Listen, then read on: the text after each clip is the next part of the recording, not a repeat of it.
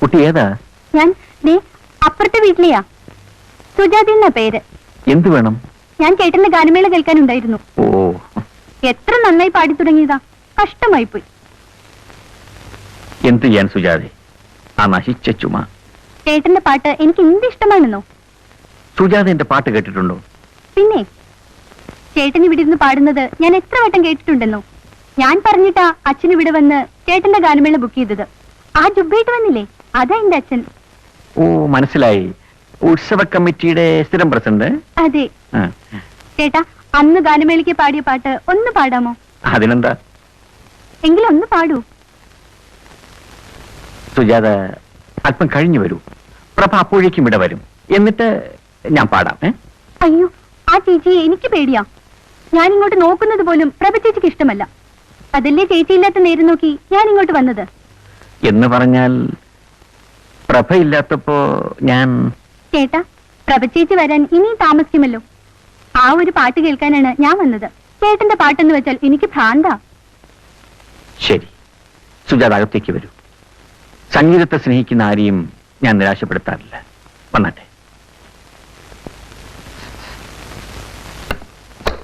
ആയിരിക്കൂ. ഞാൻ ആദ്യം ഒരു കീർത്തനം പാടാം. അയ്യോ ചേട്ടാ, ആ പാട്ട് മതി. ഏത് പാട്ട്? ആ ചുമപ്പാട്ട്. അയ്യോ, അത് ചുമപ്പാട്ടില്ല. ഞാൻ പാടിയപ്പം ചുമച്ചു പോയതാണ്. ആ, അത് മതി. ഇപ്പൊ ചുമയില്ലാതെ പാടാൻ പറ്റൂ. അതുകൊണ്ടല്ലേ ഞാൻ ഇപ്പൊ വന്നത്. ശരി, തുടങ്ങാം. ആ പാട്ട് ഇപ്പൊ വേറൊരു ട്യൂണിലാ പാടാൻ പോകുന്നത്. ഞാനൊരു മലയാളി, പാവം പാടും തൊഴിലാളി. ഞാനൊരു മലയാളി, പാവം പാടും തൊഴിലാളി. നാടിൻ മോചന രണഗണത്തിലെ പടയാളി. ഞാനൊരു മലയാളി, മലയാളി, മലയാളി, മലയാളി, മലയാളി, മലയാളി, മലയാളി. ഞാനൊരു മലയാളി, പാവം പാടും തൊഴിലാളി. ഞാനൊരു മലയാളി, മലയാളി, മലയാളി. പ്രഭ വന്നല്ലോ, ഞാൻ പോയി കഥ തുറന്നിട്ട് വരാം. അയ്യോ വേണ്ട ചേട്ടാ, എനിക്ക് പേടിയാവുന്നു. എന്തിനാ പേടിക്കുന്നത്? പ്രഭ വെറൊരു പാവമാണ്. അയ്യോ ചേട്ടാ, എന്നെ കണ്ട കുഴപ്പമാ. ഞാൻ പുറകുവശത്തോടെ പോയിക്കൊള്ളാം. ഞാൻ പോയി തുറക്കട്ടെ? അയ്യോ വേണ്ട ചേട്ടാ, ഞാനിവിടെ നിൽക്കുന്നതുകൊണ്ട് ചേട്ടനും കുഴപ്പമാ. എന്താ കുഴപ്പം? കുഴപ്പമുണ്ട് ചേട്ടാ. ഇതിനു മുമ്പ് എനിക്ക് ഇതുപോലെ അനുഭവങ്ങളുണ്ടാ പറയുന്നത്. ഓ, അങ്ങനെയാണോ? എന്നാൽ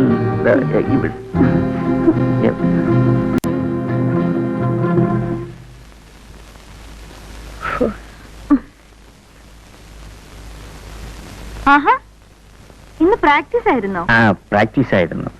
പിന്നെ നമുക്ക് ഇന്നൊരു സിനിമയ്ക്ക് പോകാം. സിനിമയ്ക്കോ? ഇന്നോ?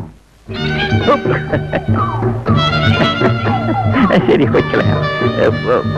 നീ പോയി കുളിച്ച് റെഡിയായി വാ. കുളിക്കാണ്? കുളിച്ച് റെഡിയായി വാ.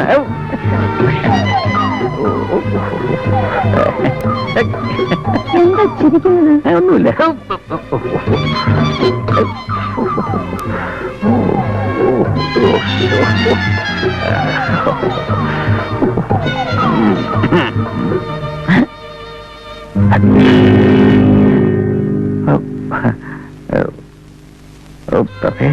സത്യം പറയൂ. പറയാനാ പറഞ്ഞത്. ആ കുട്ടി പറഞ്ഞതാ സത്യം. എന്റെ പാട്ട് കേൾക്കാൻ ആ കുട്ടി വന്നത്. അവൾ എന്നെ ആരാധിക മാത്രമാണ്. ആരാധികമാരെ കട്ടിലടിയിലെത്തിയാണോ പാട്ട് കേൾപ്പിക്കുന്നത്? അവൾ നീ വന്നപ്പോ പേടിച്ച് കട്ടിനടി കയറി കിടന്നു പോയതാ. മുഖത്ത് നോക്കി കള്ളം പറയാൻ തുടങ്ങിയോ? അയ്യോ, ജീവിതത്തിൽ ഇന്ന് വരെ ഞാൻ മുഖത്ത് നോക്കി കള്ളമേ പറഞ്ഞിട്ടില്ല. പറഞ്ഞിട്ടില്ല, പക്ഷെ പ്രവർത്തിക്കും. മടുത്തു. നിങ്ങളടുത്ത് ജീവിതം മടുത്തു. തുറന്നു പറയൂ, ഞാൻ മാത്രം പോരെ നിങ്ങൾക്ക്? എന്റെ പൊന്നുപ്രഭേ, നീ എന്നൊന്ന് വിശ്വസിക്കൂ. എന്റെ പാട്ട് കേൾക്കണമെന്നും പറഞ്ഞു വന്ന അവളെ ഞാൻ ഒരു പാട്ട് പാടി കേൾപ്പിച്ചു. അതൊരു തെറ്റാണോ? അവൾ നിന്നെ പേടിച്ച ആ കട്ടിൽ അടിയിൽ കയറി കിടന്നത്. എനിക്ക് ആ പെണ്ണ് എന്റെ സിന്ധുമോളെ പോലെയാ.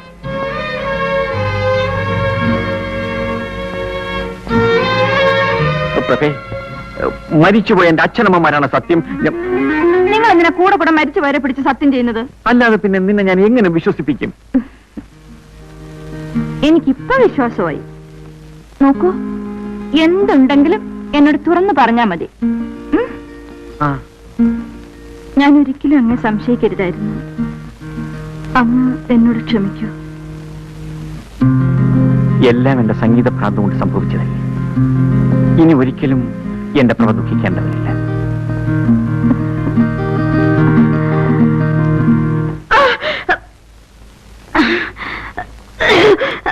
പ്രഭേ, വയറ്റിനെന്താ സുഖമില്ലേ?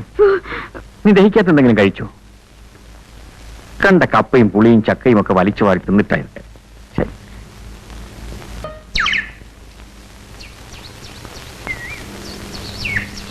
അല്ല, ഇന്നെന്താ പതിവില്ലാതെ ഈ വേഷത്തിൽ?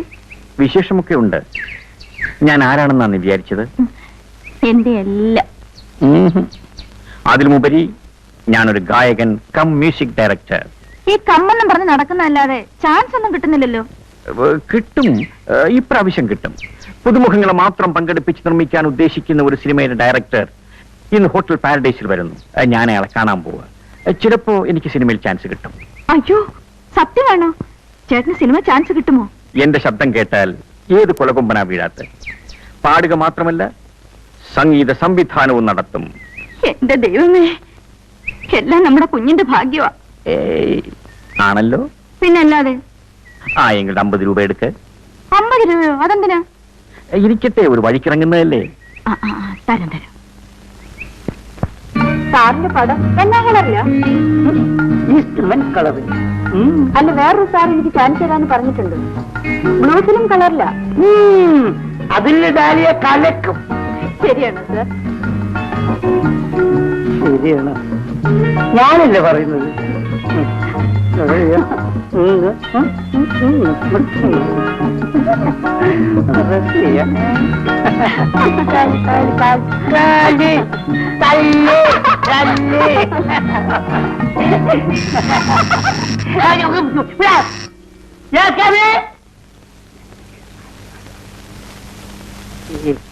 വില്ലന്മാരുടെ ശല്യം. നമുക്ക് ഈ ലൊക്കേഷൻ ചേഞ്ച് ചെയ്യണം.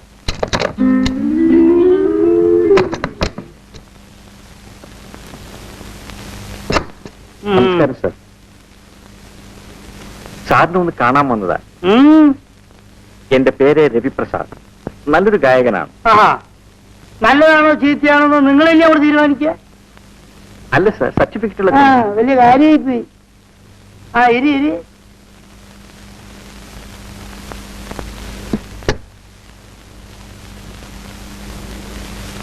ഇവിടെ സ്കൂളിൽ പഠിക്കുമ്പോ സംഗീതത്തിന് കിട്ടിയത്. ഫാൻസി ഡ്രസ്സിനും ഫസ്റ്റ് പ്രൈസ് കിട്ടിയിട്ടുണ്ട്. സാർ നന്നായി മ്യൂസിക് കമ്പോസ് ചെയ്യാനും അറിയാം. നിങ്ങൾ ശാസ്ത്രീയ സംഗീതം പഠിച്ചിട്ടുണ്ടോ? കുറെ ഒക്കെ. പാടട്ടെ സാർ. ഹലോ, നിർത്തൂ. ഞാൻ കുറച്ച് ബിസിയാണ്, എനിക്ക് കുറച്ച് സ്വസ്ഥത വേണം. രവിപ്രസാദ്, ഈ ശാസ്ത്രീയ സംഗീതം കണ്ടുപിടിച്ചതാരാ? ഹലോ, ഇവിടെ ആരാ? സാർ, ഈ ശാസ്ത്രീയ സംഗീതം അങ്ങനെ ഏതെങ്കിലും ഒരാൾ കണ്ടുപിടിച്ചതല്ല. അത് അനവധി വർഷങ്ങളിലൂടെ കുഴിച്ചെടുത്തായിരിക്കും. നിങ്ങൾക്ക് ഈ ശാസ്ത്രീയ സംഗീതത്തെ പറ്റി ഒരു ചുക്കും അറിയില്ല. ശങ്കര ആഭരണ ശാസ്ത്രികൾ കേട്ടിട്ടുണ്ടോ? ഈ ശങ്കരാഭരണ ശാസ്ത്രികൾ കണ്ടുപിടിച്ച ശാസ്ത്രമാണ് ഈ ശാസ്ത്രീയ സംഗീതം. മനസ്സിലായി? അദ്ദേഹത്തിന്റെ ജീവചരിത്രമാണല്ലോ ഈ ശങ്കര ആഭരണം എന്ന മലയാള സിനിമ. ഇടയ്ക്കിടയ്ക്കൊക്കെ ഈ പുരാണ ചിത്രങ്ങൾ കാണണം മിസ്റ്റർ.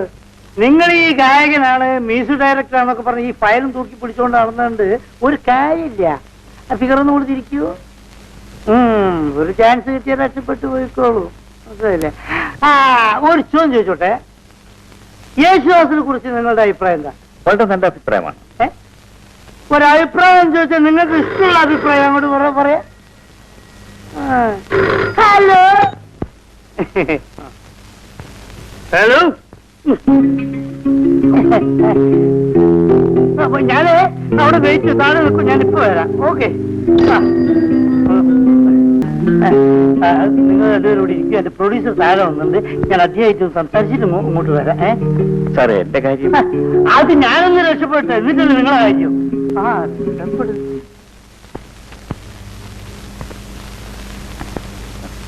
എനിക്ക് മനസ്സിലായില്ല. ഞാൻ സിനിമാ നടി ഡാലിയ. ഡാലിയ?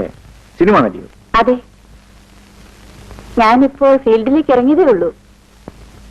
ഈയിടെ റിലീസായ കുളിക്കുന്ന സുന്ദരി കണ്ടോ? അതിലാരായിട്ട്? ഇന്റർവെല്ലിന് ശേഷം നായികയും കൂട്ടുകാരികളും ആറ്റിലിറങ്ങി കുളിക്കുന്ന ഒരു സീനുണ്ടല്ലോ. നായികയുടെ പിറകിൽ 5ാമതായി കുളിക്കുന്നത് ഞാനാ. ഓ,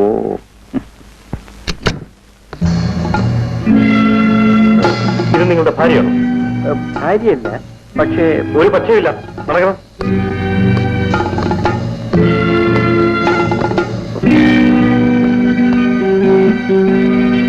കോൺസ്റ്റബിൾ, ദേവപ്രസാദിനെ കൊണ്ടുവരൂ.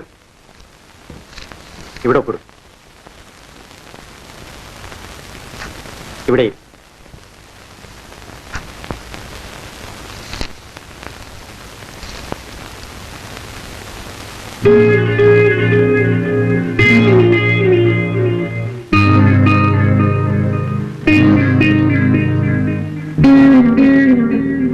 നിങ്ങളിവിടെ ഒപ്പിടും. ഇനി മേലാൽ ഇങ്ങനെയൊന്നും ഉണ്ടാകരുത്. ഇത്രയും നല്ല ഭാര്യ ഉണ്ടായിട്ടാണോ നിങ്ങൾ ഇങ്ങനെ നടക്കുന്നത്? സാർ, ഞാൻ വെക്കോ.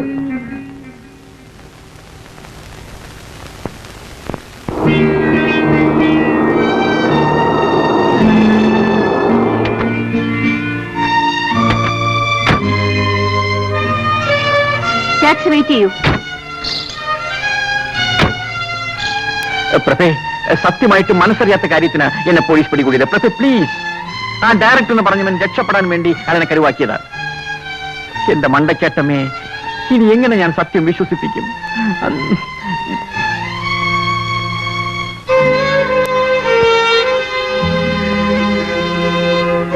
പ്രഭേ, മരിച്ചുപോയ എന്റെ അച്ഛനമ്മമാരാണ് സത്യം.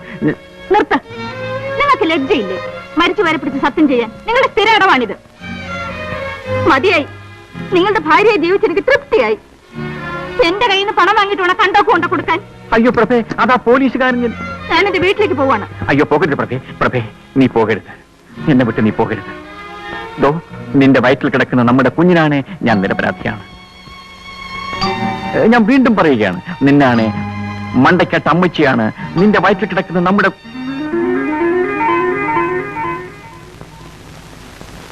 എനിക്ക് നിങ്ങളെ വിശ്വാസമാണ്. പ്രഭേ, എനിക്കൊരു അപേക്ഷ മാത്രമേ ഉള്ളൂ. ഈ ജീവിതകാലത്ത് ഒരിക്കലും നീ എന്നെ വിട്ടുപിരിയരുത്. എനിക്കത് സഹിക്കാനാവില്ല. ഇല്ല രവിയേട്ട, ഇനി എന്ത് സംഭവിച്ചാലും രവിയേട്ടനെ പിരിഞ്ഞ് ജീവിക്കാൻ എനിക്ക് കഴിയില്ല. ടാക്സി അയച്ചിട്ട് വരട്ടെ.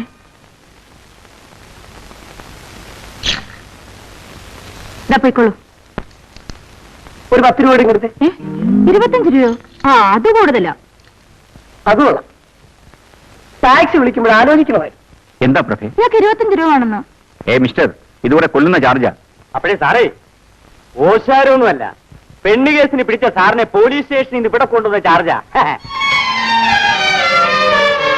പ്രഭേ, രൂപ കൊടുത്തേക്ക്.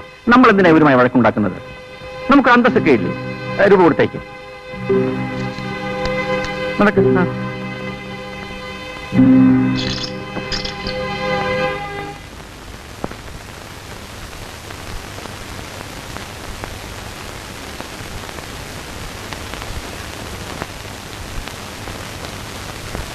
എന്തിനാ രവിയേട്ട വല്ല നോക്കോർത്ത് വിഷമിക്കുന്നത്? എല്ലാം എന്റെ സംഗീത ഭ്രാന്ത് കൊണ്ടാണ് സംഭവിച്ചത്. എന്റെ ലക്ഷ്യത്തിലെത്തിച്ചേരാൻ, എന്റെ സ്വപ്നം സഫലമാക്കാൻ ഞാൻ എന്ത് ത്യാഗവും സഹിക്കും.